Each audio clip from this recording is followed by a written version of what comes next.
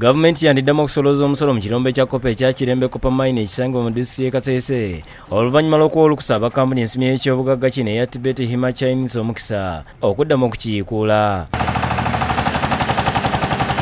Mu kiseera kino ebyuma ebigenda okukola omulimu gw'okusima bimaze okutuusibwa era nga bagenda mu maaso n'okubigezesa. Abasajja bano bakola nnyo n'Abannayuganda baffe, tusuubira tuyinza okulaba nga tukola cost reduction mu mwezi gw'ekkumi awo tuyinza okucommissioninga, naye manyi mu gw'omwenda nakati tulaba tuli testing ne alignment.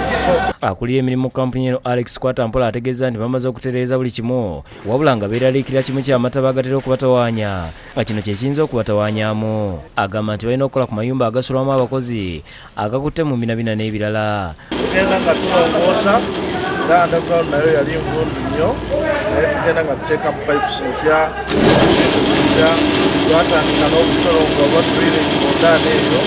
Okusinza ku Kwatampola, abantu 300 be baakawandiikibwa okufuna emirimu wabula nga beetaaga 500. Can see very many workers around here, both underground and surface, and things are moving on well. And I'm assuring economists that we look forward to starting proper production. Bagamba nti bakukwasiza wamu ne gavumenti okulaba nga bafuna ekyuma ekikuba amazzi agatera okuva mu gganye mwamba ne gabatawaanya. Ono unit eno yokka n'ebigenderako transformers ogirabye tulina transformer empya ekozesa mota yaayo emu yokka ekozesa amasanyalazi volts 12 volt.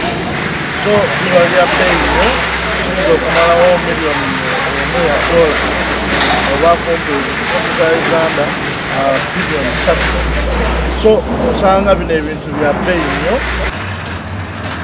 Ekirombe kino kye kyaleetera gavumenti okussaayo oluguudo lw'eggaali y'omukka era nga kino kyayitimusa nnyo ebyobuli mu bitundu okuli Kamwenge, Kasese n'ebirinaanyeewo.